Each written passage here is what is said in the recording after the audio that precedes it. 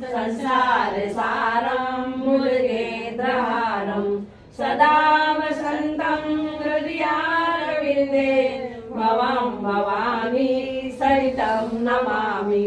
मङ्गलं भगवान् विष्णु मङ्गलं गरुडध्वज मङ्गलं पुण्डरीकाक्ष मङ्गलाय तनोहरि।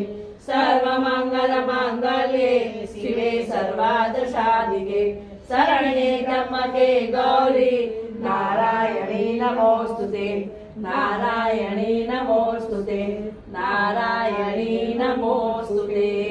अच्युतं केशवं रामनारायणं कृष्णदामोदरं शिवासुदेवं श्रीधरं